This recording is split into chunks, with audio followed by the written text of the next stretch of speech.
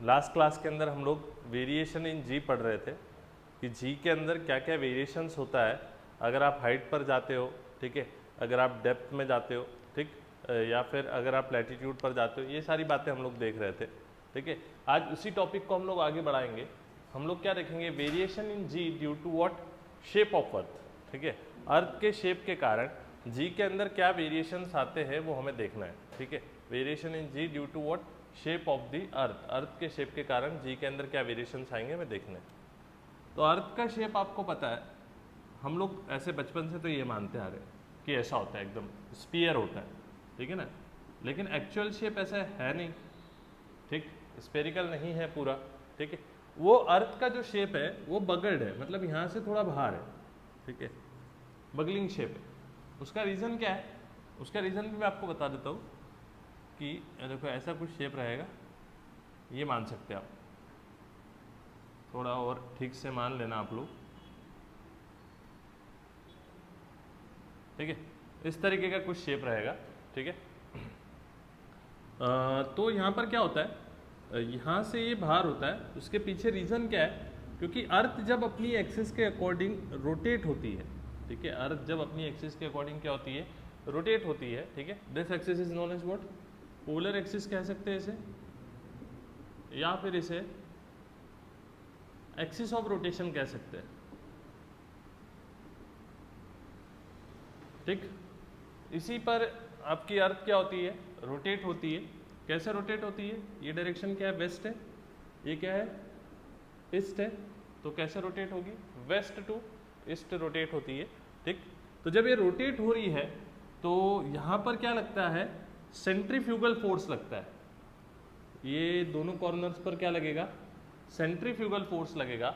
उस centrifugal force के कारण अर्थ यहाँ से क्या हो चुकी है, बगल हो चुकी है, मतलब बाहर निकल चुकी है, ठीक है, इस तरफ से भी और इस तरफ से भी अर्थ क्या निकल चुकी है, बाहर, due to what, centrifugal force. और सेंट्रीफ्यूगल फोर्स क्यों लगता है, उसके पीछे भी हम लोगों ने रीजन समझा कि सेंट्रीफ्यूगल फोर्स इस कारण से लगता है क्योंकि अर्थ क्या हो रही है, रोटेट हो रही है, ठीक है। अर्थ के रोटेशन के कारण यहाँ पर क्या अप्लाई होता है, सेंट्रीफ्यूगल फोर्स अप्लाई होता है, और उसी के कारण अर्थ क्या हो गई है, बगल हो गई, मतलब यहाँ से बाहर निकल गई, यहाँ से अंदर। इस लाइन को हम लोग क्या कहते हैं, या इस यहाँ पर जो सर्कल बनता है, सर्कल मान लो यहाँ पर जो भी बड़ा सा सर्कल बनता है, सबसे बड़ा सर्कल जो बनता है उसे हम लोग कहते हैं इक्वेटर, ठीक है। और यहाँ पर जो पॉइंट्स होते हैं, दिस इज पोल्स, इसे हम लोग नॉर्थ पोल कहते हैं, ठीक है, और इसे हम लोग साउथ पोल कहते हैं। This is north pole, this is south pole. ये आप लोगों को ज्योग्राफी सब पता रहेगा, ठीक है, फिर भी मैं बता दे रहा हूँ, एक बार आप लोगों को क्लियर आउट हो जाए, ठीक है। तो अर्थ का शेप बगल है, उसके कारण जी में क्या वेरिएशन आता है। अभी हमने अर्थ का शेप देखा कैसा बगल है, इक्वेटर पर थोड़ा सा ऐसे बाहर निकला हुआ है, पोल से थोड़ा ऐसा दबा हुआ है, ठीक है, समझ लो ये स्पीयर है और इसे ऊपर से हमने दबा दिया, ठीक है, ये स्पीयर दिख रहा है आपको, इसे ऊपर से क्या कर दिया, दबा दिया है, तो यहाँ से ये क्या हो जाएगा, थोड़ा सा बगल हो जाएगा, ठीक है। तो वही है, तो अब अर्थ के शेप के कारण ग्रेविटी पर क्या इफेक्ट होता है हमें वो देखना है, ठीक है। अर्थ का शेप जो बगलिंग है उसके कारण ग्रेविटी के ऊपर क्या इफेक्ट होता है वो हम लोगों को यहाँ पर देखना है। तो आओ देखते हैं, हमने ये क्या माना, इक्वेटर का रेडियस माना, ठीक है, this is the radius of equator, ठीक है, यहाँ से थोड़ा कम हुआ, this is the radius of pole, ठीक है ना, सेंटर से, ऐसे भी मान सकते हैं। देखो आप, अगर आपको और अच्छे से समझना है, इतना ज़्यादा बगल नहीं होता है, बहुत कम बगलिंग है, लेकिन ऐसे मान सकते हो।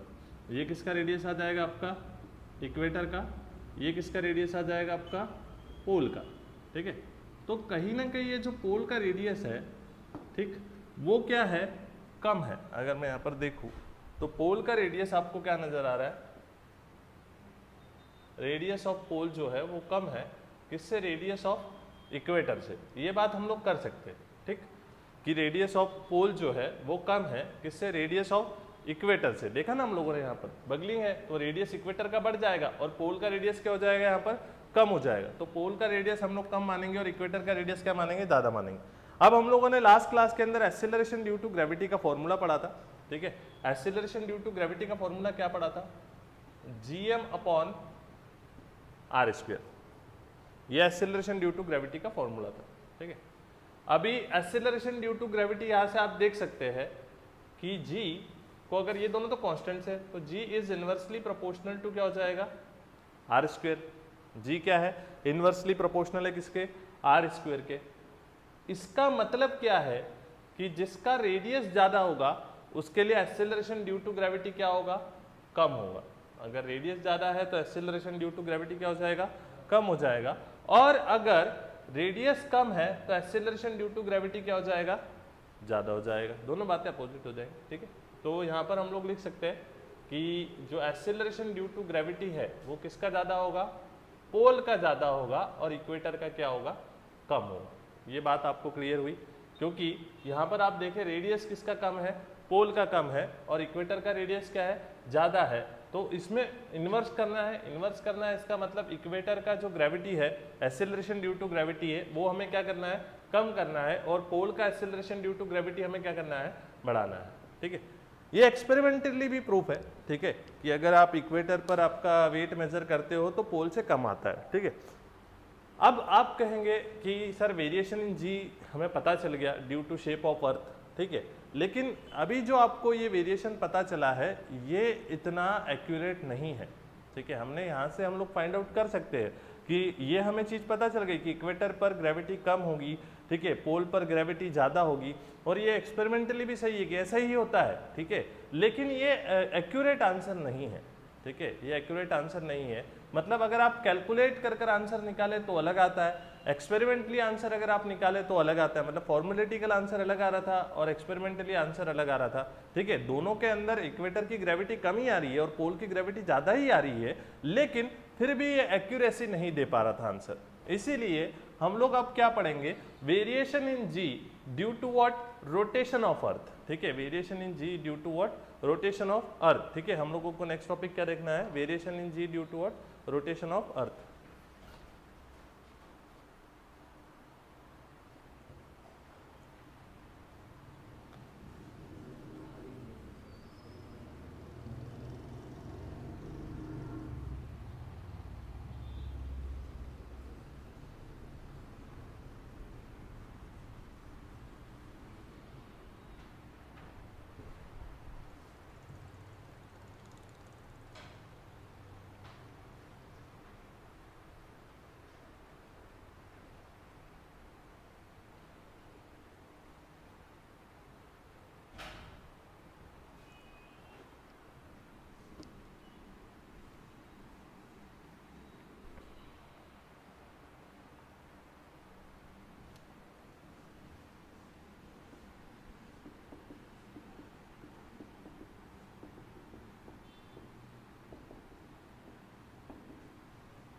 अर्थ के रोटेशन के कारण जी के अंदर क्या वेरिएशन होता है हमें वो देखना है। Variation in g due to what, rotation of earth, ठीक है ना गाइस।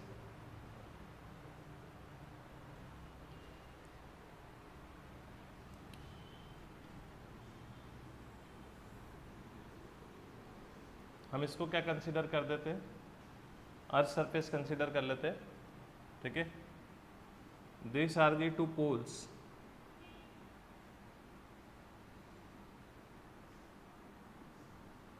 पोल से जाने वाली एक्सिस पोलर एक्सिस हो जाएगी। This is what your polar axis, ठीक है। ये लाइन को आप इक्वेटर मान सकते हैं। अब अर्थ जब घूमेगी ऐसे ऐसे घूमेगी तो ये यहाँ पर बैठा हुआ जो पार्टिकल है इसने भी घूमना है, ठीक। तो ये यहाँ पर जब घूमेगा तो ऐसे क्या बनेगा, सर्कुलर पाथ पे घूमेगा ये, क्योंकि अगर कोई बॉडी रोटेशनल मोशन लेती है तो उसका हर एक पार्टिकल सर्कुलर मोशन लेता है। तो ये पार्टिकल जब घूमेगा तो बड़ा सर्कल बनाएगा, ठीक है। अब ये पार्टिकल अगर घूम रहा है तो इसका वेट किधर लगेगा, वेट तो हमेशा हमने पढ़ा है टूवर्ड्स दी कहाँ लगता है, सेंटर लगता है, ठीक है। वेट कहाँ लगेगा इसका, टूवर्ड्स दी सेंटर, यानी मैं मान सकता हूँ mg कहाँ लगेगा, अंदर की तरफ लगेगा, टूवर्ड्स दी सेंटर।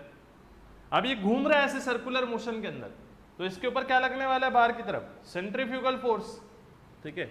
बाहर की तरफ क्या लगेगा, सेंट्रीफ्यूगल फोर्स, और सेंट्रीफ्यूगल फोर्स क्या होता है एम आर ओमेगा स्क्वायर, ठीक है।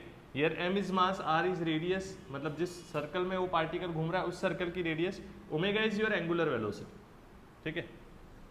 तो यहां पर कहीं ना कहीं ये जो सेंट्रीफ्यूगल फोर्स है ये वेट को क्या करने की कोशिश करेगा, कम, वेट इसे कहाँ ले जाने की कोशिश करेगा, अर्थ पर रोकने की कोशिश करेगा, और सेंट्रीफ्यूगल फोर्स कहाँ ले जाने की कोशिश करेगा, बाहर ले जाने की कोशिश करेगा। तो क्या तुम बाहर चले जाते हो, चले जाते हो क्या, अर्थ पे बैठे हो यहाँ पर ऐसे घूम रहे हो अर्थ के साथ साथ, तो तुम बाहर चले जाते हो क्या, नहीं जाते हो। उसका रीजन क्या है, ये वाला जो फोर्स है वो बहुत ही कम होता है, ठीक है, ये वाला जो फोर्स है वो बहुत ही कम होता है। इसके पीछे का रीजन मैं दे देता हूँ, ठीक है। देखो हम लोग यहाँ पर बोल सकते हैं m r square is very small because omega is small. अब हमें कैसे पता चला कि ओमेगा स्मॉल है, ठीक है, क्योंकि ओमेगा का फॉर्मूला आपको पता रहेगा क्या होता है, ओमेगा इज इक्वल्स टू होता है 2 पाई बाय टी, ठीक है। ओमेगा मतलब क्या होता है 2 pi by T. Here T is what, यहां पर मैं बता सकता हूं टी क्या है, टाइम पीरियड ऑफ अर्थ, अर्थ का क्या है टाइम पीरियड है। अब टाइम पीरियड कौन सा, ठीक है, जब वो अपनी एक्सिस पर घूमती है तो वो वाला टाइम पीरियड, ठीक है। जब अपनी अर्थ कहाँ घूमेगी, जब अपनी एक्सिस पर घूमेगी तो वो जो टाइम पीरियड होगा वो वाला टाइम पीरियड, मतलब टाइम पीरियड कितना 24 आवर। अगर मैं यहाँ टाइम पीरियड रखूँ तो ये क्या हो जाएगा 2 पाई बाय 24 आवर। 24 आवर को हमें कन्वर्ट करना पड़ेगा ऐसा सिस्टम में, अगर कन्वर्ट करेंगे तो क्या हो जाएगा 60 × 60, मतलब क्या हो जाएगा 2 पाई अप्रॉक्सीमेटली आएगा 86400 सेकेंड्स, ठीक है ना। अरे 24 आवर से मिनट में गए, मिनट से सेकंड में, ऐसा सिस्टम में गए ना, तो ये ओमेगा की वैल्यू यहाँ से आ जाएगी। अब ये ओमेगा की वैल्यू आप देख सकते हैं कि ये बहुत कम होगी, उसके पीछे रीजन क्या, ऊपर 2 पाई और नीचे इतनी बड़ी वैल्यू है, ठीक है। अगर 2 पाई मतलब कितना हो जाएगा आपका 6.28 अप्रॉक्स, और ये क्या हो जाएगा 86400, तो सीधी बात है बहुत छोटी वैल्यू आने वाली। तो ओमेगा की वैल्यू अगर छोटी आएगी तो ये एम आर स्क्वेयर क्या हो जाएगा, बहुत कम होगा, ठीक है। तो एम आर स्क्वेयर वेट को इफेक्ट जरूर करता है, ठीक है, ऐसा नहीं है कि इफेक्ट नहीं करेगा, लेकिन इतना इफेक्ट नहीं करता है कि वो उसे बाहर ले जाए, क्योंकि ओमेगा की वैल्यू अगर ज़्यादा होती तो उसे हो सकता है बाहर ले जा सकता था, लेकिन ओमेगा की वैल्यू क्या है, बहुत कम है, बहुत छोटी वैल्यू है, इसलिए वो इसे बाहर नहीं ले जा सकता। यहाँ पर जब घूम रहे हैं तो एंगुलर वेलोसिटी बहुत कम है। अब अगर कोई पार्टिकल मान लो इक्वेटर से पोल की तरफ जाता है, दिस इज पोल ना, और ये हमारा इक्वेटर है। अब इक्वेटर से पोल की तरफ अगर पार्टिकल जाता है तो हम लोग मानेंगे कि वो लैटिट्यूड पर जा रहा है। कहाँ जा रहा है, लैटिट्यूड पर जा रहा है, ठीक है। और नीचे मान, यहाँ मान, यहाँ आ गया पार्टिकल, तो यहाँ पर भी वो क्या बनाएगा, सर्कल बनाएगा, लेकिन अब उसका सर्कल क्या रहेगा, छोटा रहेगा, रेडियस क्या हो जाएगी, कम हो जाएगी। मैंने बताया ना अर्थ बगलिंग है।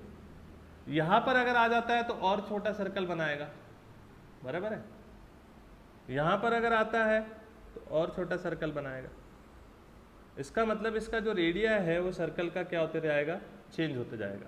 अगर सर्कल का रेडियस क्या होते जा रहा है, चेंज होते जा रहा है, तो सीधी बात है उसके ऊपर लगने वाला जो सेंट्रीफ्यूगल फोर्स है वो भी क्या होते जाएगा, चेंज होते जाएगा। यहाँ पर एम आर ओमेगा स्क्वेयर, लेकिन आर चेंज होने से ये पूरा क्या हो जाएगा, चेंज हो जाएगा, ठीक है। अब ये सेंट्रीफ्यूगल फोर्स यहाँ लग रहा है, हम लोग इस पॉइंट की बात करते हैं, हमें लैटिट्यूड पर ही जाना था ना ओवरऑल, तो हम लोग इस पॉइंट की बात करते हैं। अगर मैं इस पॉइंट की बात करूँ तो देखो फोर्सेस किधर किधर लगेंगे, एम आर ओमेगा स्क्वेयर इधर लगेगा, मानते हो, ये क्या लगेगा आपका एम आर ओमेगा स्क्वेयर, ठीक।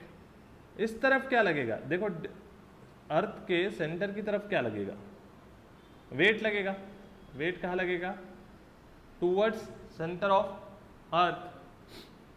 तो एक्चुअल जो है ये पार्टिकल किधर जाने की कोशिश करेगा, आप इधर से सेंट्रीफ्यूगल फोर्स लगा रहे हो, इधर से आप वेट लगा रहे हो, ठीक है। तो ये पार्टिकल ये जब लैटिट्यूड पर पहुंच गया है, ठीक है, एक्चुअली हमें जो ये वेरिएशन इन जी है ड्यू टू लैटिट्यूड ही पढ़ना है, ठीक है। यहाँ पर क्या आता है, due to rotation of earth पढ़ रहे हैं, मतलब ड्यू टू लैटिट्यूड भी बोल सकते हैं उससे, क्योंकि पार्टिकल कहाँ से कहाँ जा रहा है, इक्वेटर से पोल की तरफ जा रहा है, ठीक है। तो यहाँ पर पार्टिकल पहुंचा, देखो यहाँ तो ठीक है सिंपल सी बैलेंसिंग हो गई थी, इस पॉइंट की बात हम लोग नहीं करते, हम लोग इस पॉइंट की बात करते हैं, ठीक है, लैटिट्यूड पर पहुंचा देते हैं उसे, तो वेट इस तरफ लग रहा है और आपका जो सेंट्रीफ्यूगल फोर्स है, ठीक है, वो इस तरफ लग रहा है, ठीक। तो पार्टिकल किधर जाएगा, देखो अगर एक फोर्स इधर है, this is mr⍵² and this is what, क्या है इसका नाम, mg। तो रिजल्टेंट हमें कहाँ मिलेगा, रिजल्टेंट हमेशा हमें कहाँ मिलेगा, बीच में मिलेगा, ठीक है ना, रिजल्टेंट कहाँ मिलेगा, बीच में। लेकिन मैंने आपको कहा कि ये फोर्स बहुत छोटा है और ये फोर्स क्या है, उसके कंपैरिजन में बड़ा है, ठीक है, बात समझ में आ रही है। तो रिजल्टेंट ये अपनी तरफ खींचने की कोशिश करेगा, बीच में तो कब जाता है, जब ये दोनों क्या होते हैं, इक्वल होते हैं, इक्वल होते तो रिजल्टेंट कहाँ जाता है, बीच में। अगर कोई आपको इधर से खींच रहा है, इधर से खींच रहा है, आप यहाँ बैठे हो तो आप किधर जाओगे, बीच में जाओगे। लेकिन कब बीच में जाओगे, जब दोनों का फोर्स क्या रहेगा, इक्वल रहेगा, ठीक है। अगर दोनों का फोर्स यहाँ पर इक्वल होता है तो आप बीच में जाओगे ना, लेकिन अगर ये mg ज़्यादा है तो आप कहीं रिजल्टेंट इधर आ जाओगे थोड़ा, ऐसा मान सकते हो, ये रिजल्टेंट होगा, इसकी जगह पर ये रिजल्टेंट होगा, ऐसे मान सकते हो।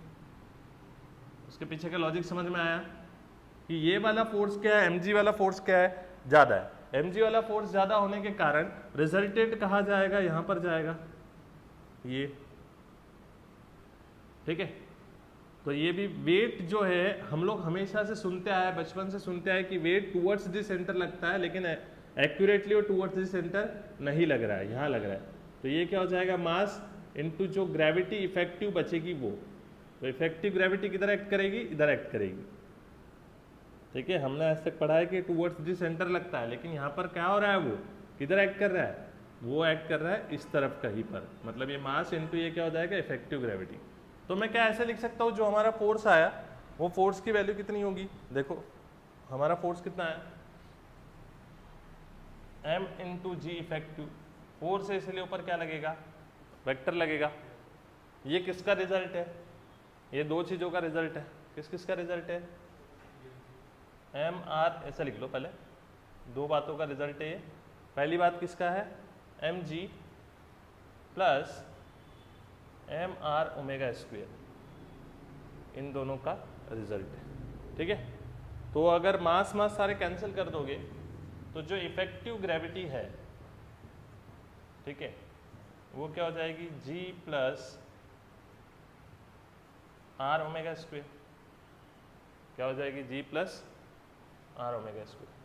ओवरऑल आप ये कह सकते हो कि जो ग्रेविटी है वो डिक्रीज होगी, ग्रेविटी डिक्रीजेस। क्या मैं सही कह रहा हूं, ग्रेविटी को डिक्रीज होना चाहिए। देखो आप, ग्रेविटी डिक्रीज होगी या इंक्रीज होगी वो पता करेंगे हम लोग। ग्रेविटी डिक्रीज होगी तो क्यों होगी, इफेक्टिव ग्रेविटी ज़्यादा होगी या फिर आपकी जो पहली वाली ग्रेविटी थी वो ज़्यादा होगी, ठीक है। हम लोग यहाँ पर ये कह सकते हैं कि effective gravity is less than g, मतलब हमने जो ग्रेविटी फाइंड करी थी सरफेस से, उससे आपकी इफेक्टिव ग्रेविटी क्या होगी, कम होगी।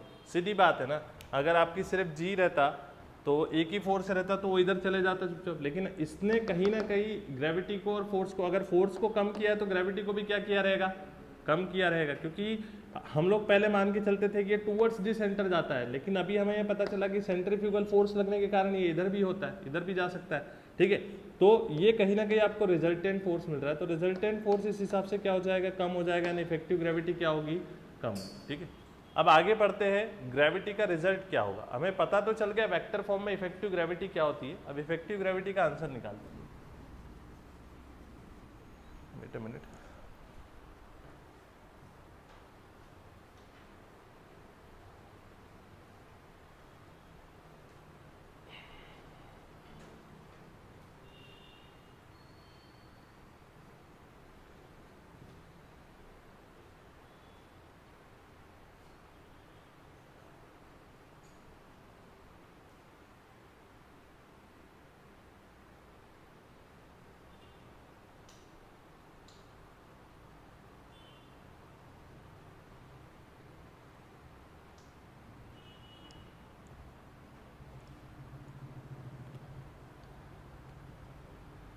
फिर से एक बार डायग्राम बना लेते हैं हम लोग।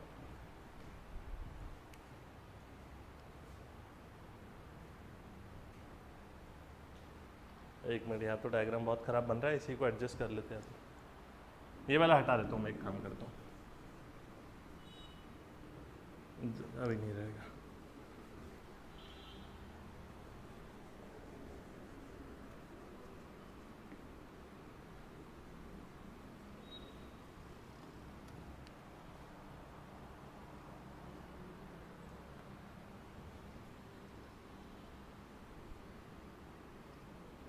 ठीक है, कुछ इस तरीके से था। ये आपकी क्या है, इक्वेटर लाइन है। This is what, polar axis. Particle को कहाँ मान रहे थे हम लोग, यहाँ पर। ठीक है,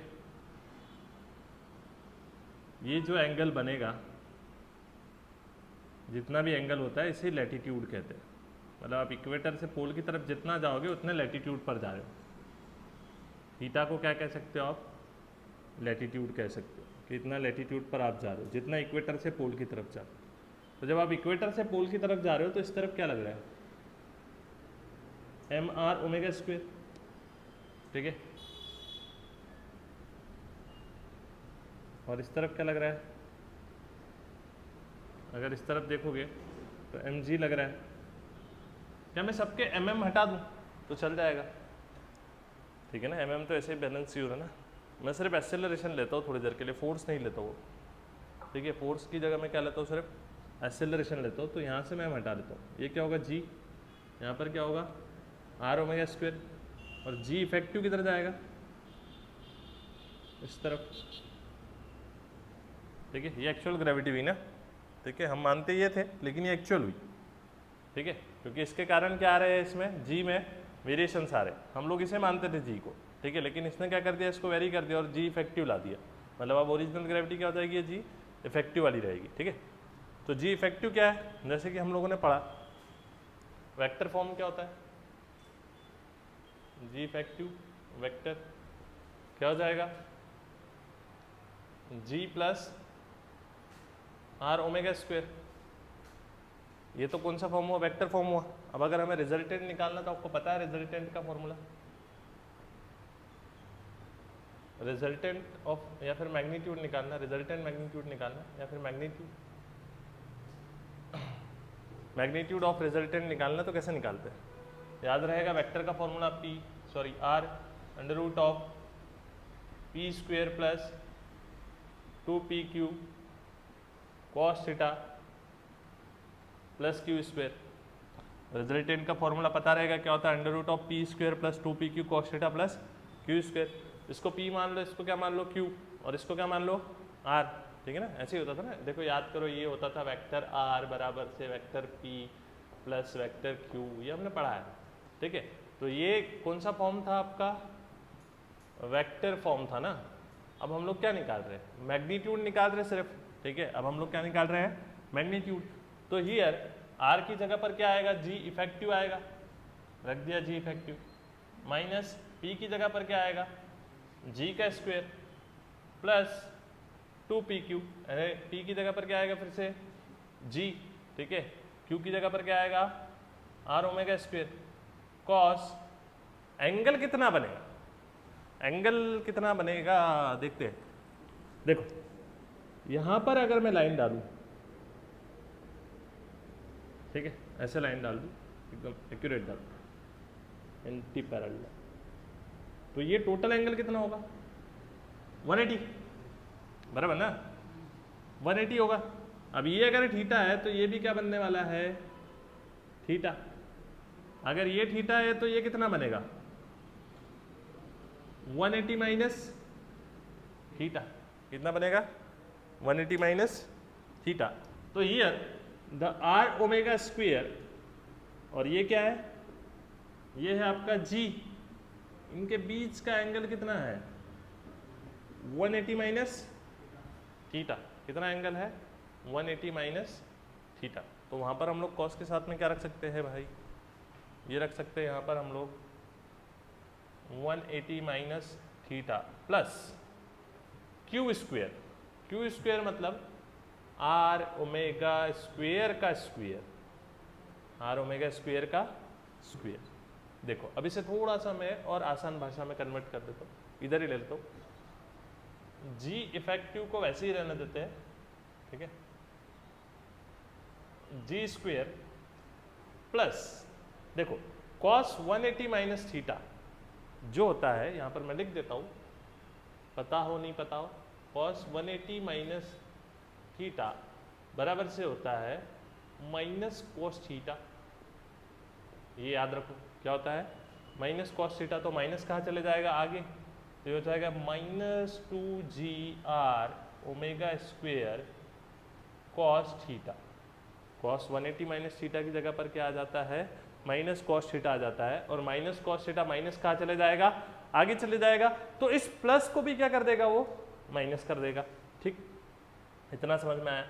प्लस ये क्या हो जाएगा, आर स्क्वेयर ओमेगा की पावर 4। अब ओमेगा की पावर 4 यानी कि ओमेगा पहले ही बहुत छोटा है, देखो मान लो 0.1 की पावर 4 यानी बहुत छोटी आ जाएगी, तो इसे रखना जरूरी है क्या, नहीं। तो r square omega raise to power 4 is neglected, ऐसा लिख दो। क्या कर दिया जाएगा, उसे नेग्लेक्ट कर दिया जाएगा। नेग्लेक्ट कर दिया जाएगा तो सिर्फ क्या बचेगा, जी इफेक्टिव बराबर से बचेगा, क्या बोले बचेगा, बोलो, under root of g square minus 2GR omega square cos theta.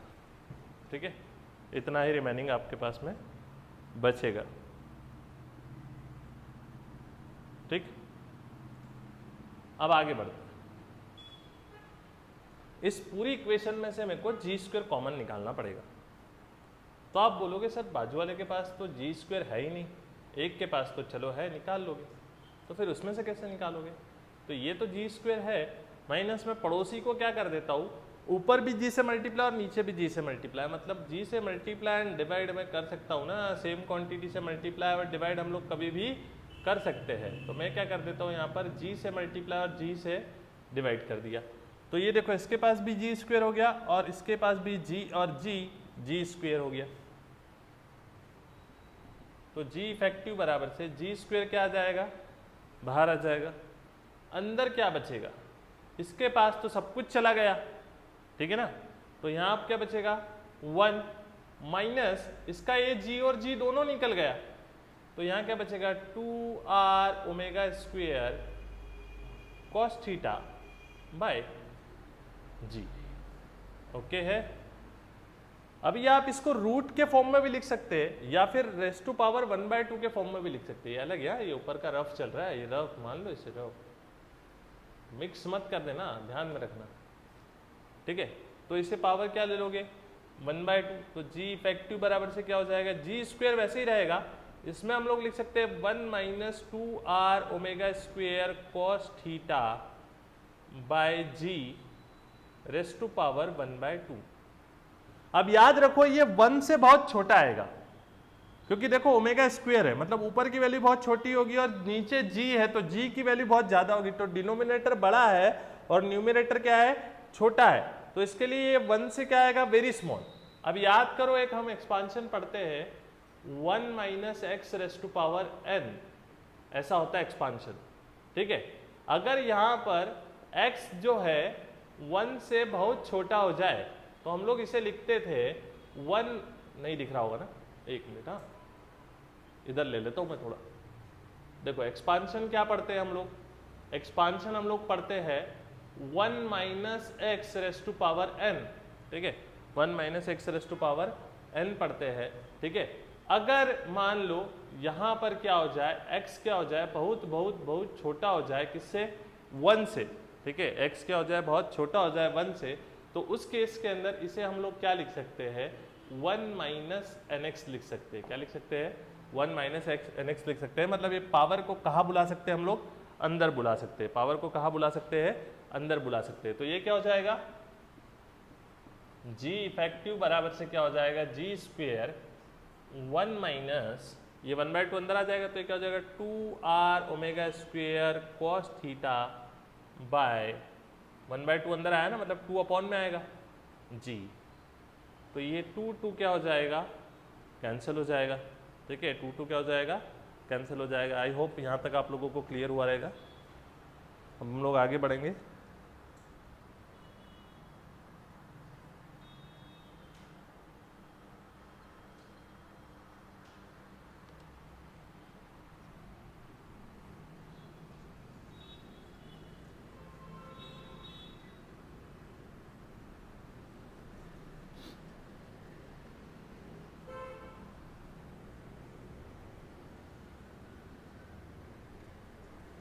Diagram में थोड़ी देर के लिए रफ कर देता हूँ, फिर से तो बनाना ही पड़ेगा।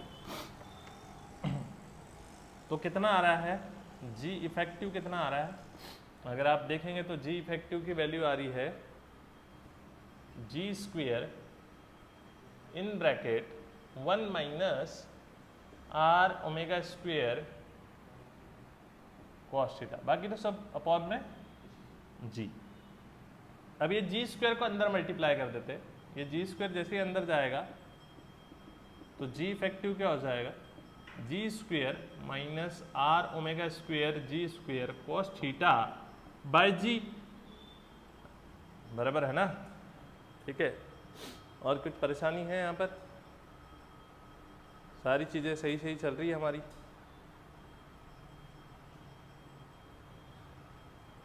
कुछ तकलीफ तो नहीं हुआ है। ठीक, अब ये एक जी क्या हो जाएगा, यहाँ पर कैंसिल आउट हो जाएगा। जी इफेक्टिव बराबर से क्या बचेगा, g square minus r omega square g cos theta. ठीक है ना। ओके, एक छोटा सा गलती कर दी, जी स्क्वेयर नहीं रहेगा ना यार। एक मिनट ध्यान दो। इसको अगर आप रूट के बाहर निकाले हो जी स्क्वेयर को तो यहाँ जी ही बचेगा, यहाँ भी जी बचेगा। हम वही सोच रहे थे एक जी एक्स्ट्रा कहाँ से आ रहा है, रूट के बाहर निकलने पर ये जी ही बचेगा ना। ठीक है, और अगर ये जी बचेगा तो ये अंदर जब जाएगा, ये देखो ये जी अंदर अगर जाएगा तो ये भी क्या बचेगा, सिर्फ जी ही बचेगा, ये भी सिर्फ क्या बचेगा जी। तो ये पूरा जी क्या हो जाएगा, कैंसिल हो जाएगा। मतलब यहाँ पर आपको सिर्फ जी मिलेगा और यहाँ आपको कुछ नहीं मिलेगा। ठीक है, समझ आया। ठीक है, बस स्क्वायर रूट से अंदर गया वो। ठीक, तो ये जी इफेक्टिव की वैल्यू आ गई। ठीक है, in form of small r. ठीक है, लेकिन जी इफेक्टिव की वैल्यू स्मॉल आर के फॉर्म में अगर रखोगे तो स्मॉल आर की वैल्यू हमें बार बार निकालनी पड़ेगी। ठीक है, क्योंकि मैंने बताया आपको रेडियस हर पॉइंट पर क्या होती है, अलग अलग होती है। उस पार्टिकल के सर्कल की रेडियस है, अगर मैं इस वैल्यू को अर्थ की रेडियस के फॉर्म में निकाल लूँ तो मेरे लिए आसान हो जाएगा। और अभी हमें देखना भी तो है ना, ग्रेविटी कैसे पोल पर ज़्यादा होती है और कैसे इक्वेटर पर कम होती है, वो भी देख लेते हैं। एक बार फिर से रीड्रॉ करेंगे डायग्राम को तो आप लोगों को क्लियर हो जाएगा।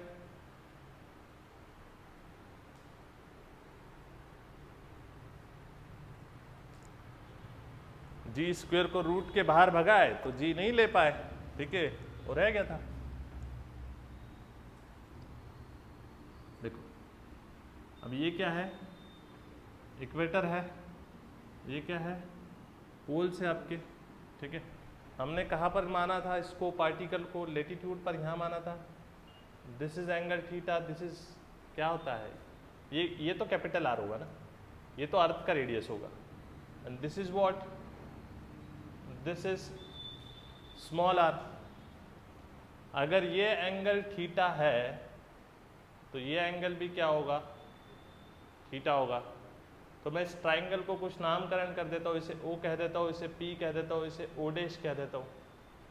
तो मैं लगा देता हूँ in triangle O dash P O, इसके अंदर मैं लगा देता हूँ कॉस थीटा। क्या लगा देता हूँ, कॉस थीटा। तो कॉस थीटा बराबर से क्या आएगा, ठीक है, कॉस थीटा बराबर से क्या होता है, एडजेसेंट अपॉन हाइपोटेनस, मतलब small r by capital are.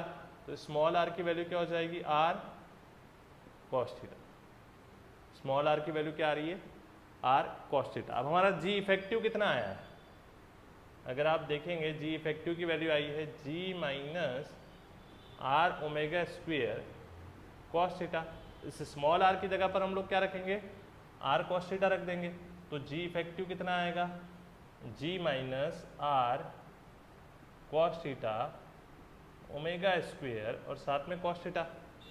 अब एक कॉस थीटा क्या हो जाएगा, कॉस स्क्वेयर थीटा। तो जी इफेक्टिव कितना आएगा, कहेंगे आप जी इफेक्टिव बराबर से आ जाएगा g minus r omega square cos square theta. मतलब ये ग्रेविटी होती है, ठीक है। आप जब कहाँ जाते हो, इक्वेटर से पोल की तरफ जाते हो, इक्वेटर से पोल की तरफ अगर आप लैटिट्यूड पर जाते हो तो ये ग्रेविटी आपको मिलती है। अब हम लोग देखते हैं इक्वेटर से पोल की तरफ जाने पर ग्रेविटी इंक्रीज हुई या डिक्रीज हुई, ठीक है। ग्रेविटी इंक्रीज हो रही है या डिक्रीज हो रही है वो हमें देखना है। देखते हैं वो कैसे निकलेंगे। हम लोग इक्वेटर और पोल की बात करेंगे।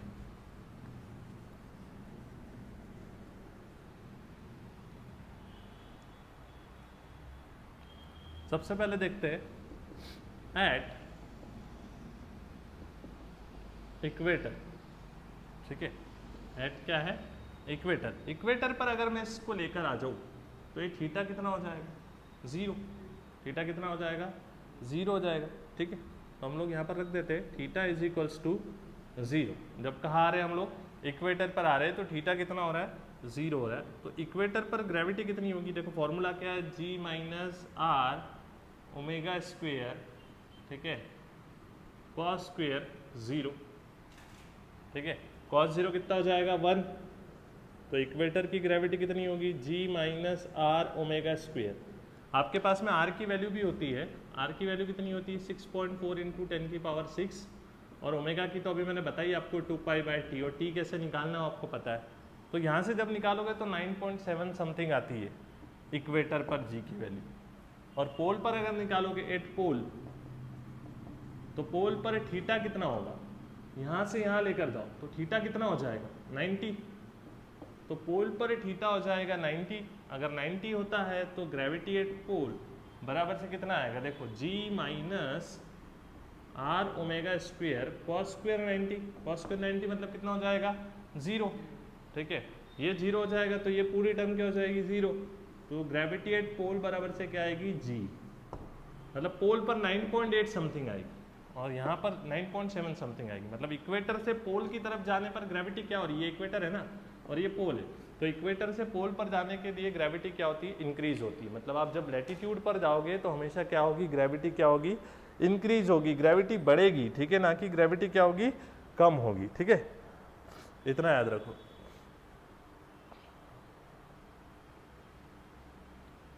सो हमने यहाँ से सीख लिया कि रोटेशन ऑफ अर्थ का क्या इफेक्ट पड़ता है। जब अर्थ रोटेट होती है उसी के कारण पोल पर ग्रेविटी ज़्यादा होती है और इक्वेटर पर ग्रेविटी कम होती है। क्योंकि अगर अर्थ रोटेट नहीं होती तो अर्थ कभी भी बगल शेप की नहीं होती, बगलिंग शेप की नहीं होती, और उसके बगलिंग शेप के कारण ही हम लोग देखते हैं कि यहाँ पर जो है इक्वेटर पर ग्रेविटी जो हो जाती है कम हो जाती है और पोल पर ग्रेविटी क्या हो जाती है, बढ़ जाती है, ठीक है। कल एक ग्राफ रह गया था कल के वेरिएशन के अंदर, वो ग्राफ भी मैं आपको बता देता हूँ। देखो ये बात तो कल ही प्रूफ हो गई थी कि सबसे ज़्यादा ग्रेविटी जो होती है वो अर्थ की सरफेस पर होती है, ठीक है। ये बात तो हमने कल ही देख ली थी।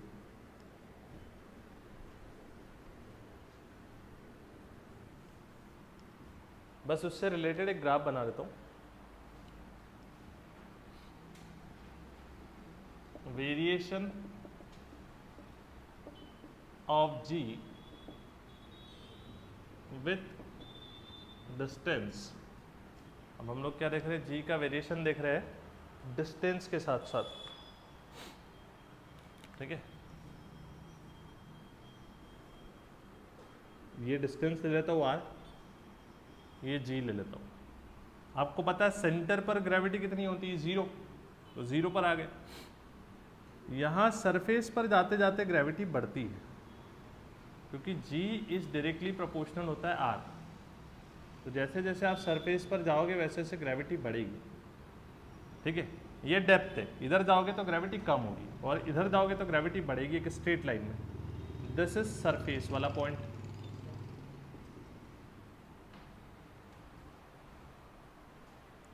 थोड़ा बड़ा लिख, बच्चों को दिख नहीं रहा था।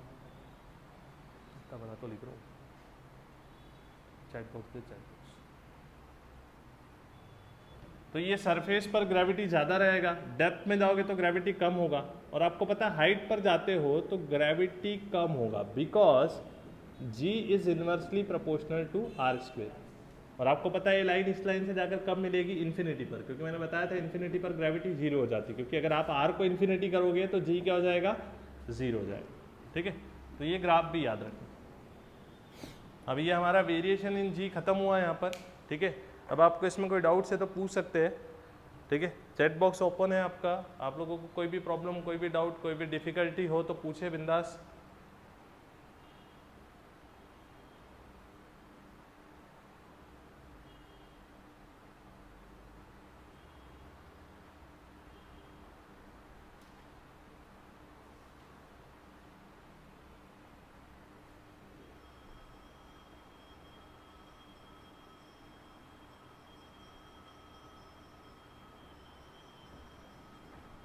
कोई तकलीफ आ रहा हो, मैंने अभी तक चैट बॉक्स देखा नहीं, सॉरी फॉर डैट।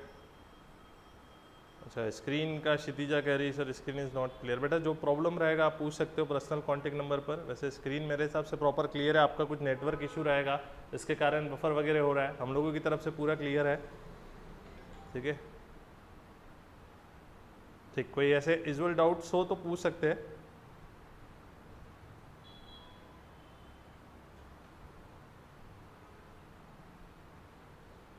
ठीक है, बाकी जो अभी वेरिएशन इन जी से रिलेटेड अगर कोई डाउट्स हो तो आप पूछे। ठीक है, बाकी सारे डाउट आप लोग पर्सनल कॉन्टैक्ट नंबर पर पूछेंगे।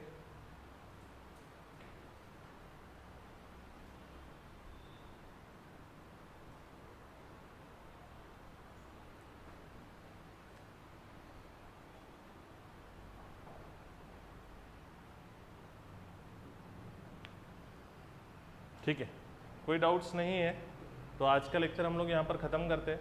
कल हम लोग पढ़ेंगे इलेक्ट्रिक फील्ड के बारे में। ठीक है, इलेक्ट्रिक इंटेंसिटी के बारे में हम लोग पढ़ेंगे। ठीक है, और इलेक्ट्रिक इंटेंसिटी से आगे हम लोग पढ़ेंगे electric intensity, electric field, electric potential, ये सारे टॉपिक्स हम लोग कल के लेक्चर के बात करने वाले हैं। ठीक है, तो कल से आप लोग प्रॉपरली थोड़ा सा फोकस करें, क्योंकि अब मेन पार्ट स्टार्ट होने वाला है। अभी तक का पार्ट तो आप लोगों को पहले भी आप लोगों ने पढ़ रखा था, तो इतने ज़्यादा जल्दी समझ आ गया। ठीक है, अब जो है थोड़ा नया पार्ट है तो थोड़ा सा फोकस करेंगे। वही पार्ट आपका इलेक्ट्रिक फील्ड में भी काम आएगा, मतलब इलेक्ट्रोस्टैटिक में भी काम आएगा, मैग्नेटिक में भी काम आएगा, इसलिए थोड़ा फोकस बनाए। ठीक है, थैंक यू।